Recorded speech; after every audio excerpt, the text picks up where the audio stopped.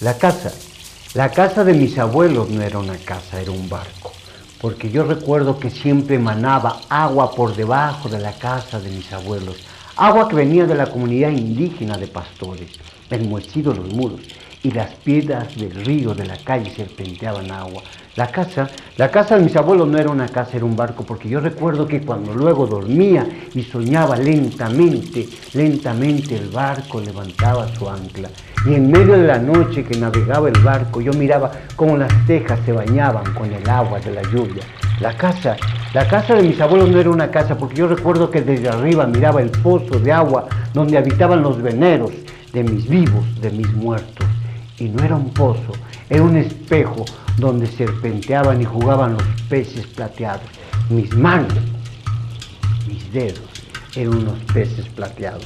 La casa de mis abuelos no era una casa, era un barco, porque yo recuerdo que cuando luego lentamente el barco descendía y se acomodaba en puerto seguro en medio de la neblina, yo salía y corría con mis pantalones cortos y mis pies descalzos, y corría y me perseguía el rocío de la mañana, y saltaba en los charcos, saltaba y jugaba en el agua, y mis manos jugaban con el lodo a hacer animalitos de barro. Mis manos eran de barro, mi cuerpo era de barro.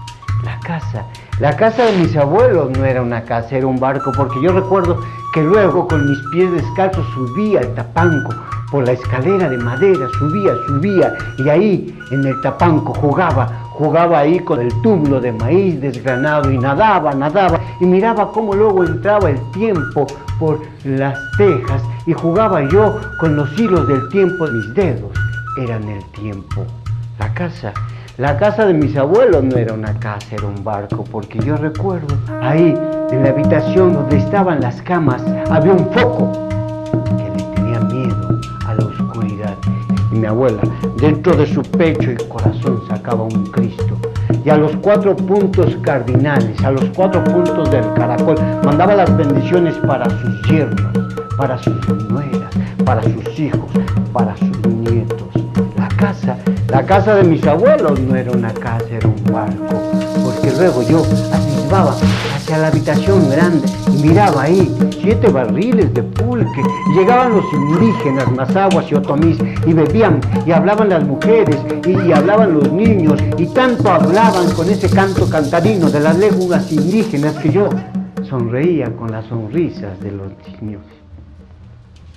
La casa de mis abuelos no era una casa, era un barco, porque yo recuerdo que luego mi abuela nos mandaba a llamar, y entonces ahí a la cocina llegamos cuando era la tarde-noche para merendar, y ahí estaba mi abuela siempre cerca del fogón atizándole a las brasas, a los leños, y saltaban los pingos rojos, azules, anaranjados, las chispas, y yo jugaba con los pingos. Yo era un pingo.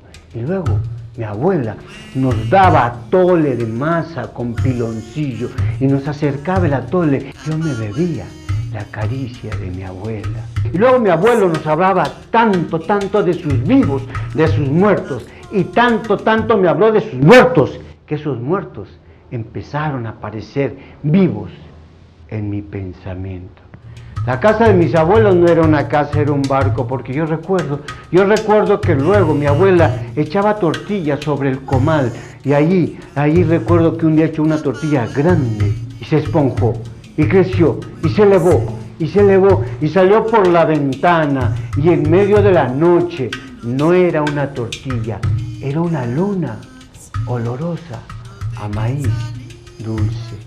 La casa de mis abuelos no era una casa, era un barco.